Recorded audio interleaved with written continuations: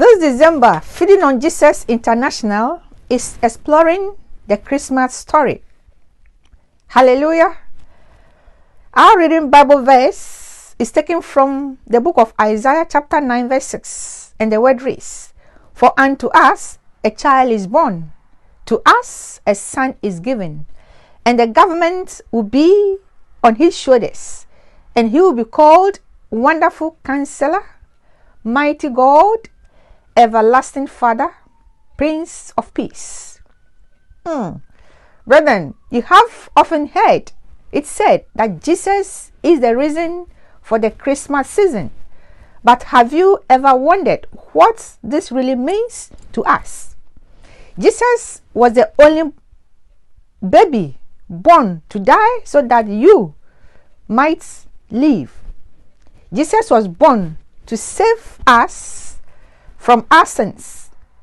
Therefore, be encouraged and strengthened to live life with confidence, peace, and joy as you see why Jesus is the best when it comes to saving you from whatever you need saving from. Jesus was not actually born on December 25th. He was most likely born around 2 months ago, around the time of the Feast of Tabernacles. But we can be thankful to God for giving us his son to celebrate his birth in December. God gave us free choice, brethren. He will not use his power to affect or influence our free choice. We are free moral beings. God didn't want to create robots to worship him. God wanted us to choose to love him out of our own free choice. We are therefore free to choose, but we can't choose the consequences of our choices. Adam and Eve had access to everything good in the Garden of Eden. They were free to enjoy the lavish abundance there. God made man last during creation so that man could enjoy everything that God had created. God made one tree called the tree of knowledge of good and evil. We are all aware of this story. God told Adam not to eat from the tree. If not, he would surely die. Death is something foreign. God did not design man to grow old and die. God calls death an enemy.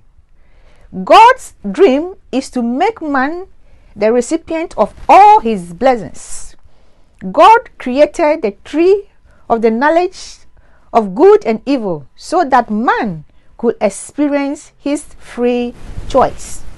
If there was no alternative choice, free choice would be true. Satan was an outlet spirit, and he had no jurisdiction on earth at the time. Therefore, Satan possessed the body of the serpent and tempted Adam and Eve to eat the fruit from the tree of knowledge of good and evil. Adam and Eve ate, fell, and death came into the world by their disobedience. Man bowed his knee to Satan and gave the earth to Satan when Adam and Eve disobeyed God in the garden. The earth which God gave to man was given to Satan after they fell. When you follow God, you always win, brethren. Satan can never beat God. Before the earth was created, Lucifer rebelled against God and was cast to where the earth was and banished from heaven. Lucifer was very jealous because the earth was his dominion before he fell. And now God had created man to dwell in his dominion. God told Adam and Eve to replenish the earth. This means that the earth was once plenished. Lucifer and his angels once dwelled on where the earth was. No one actually forces us to do anything. Even being angry is a matter of choice. When Adam sinned, he said, "The woman you gave me made me eat." He blamed God and Eve at the same time.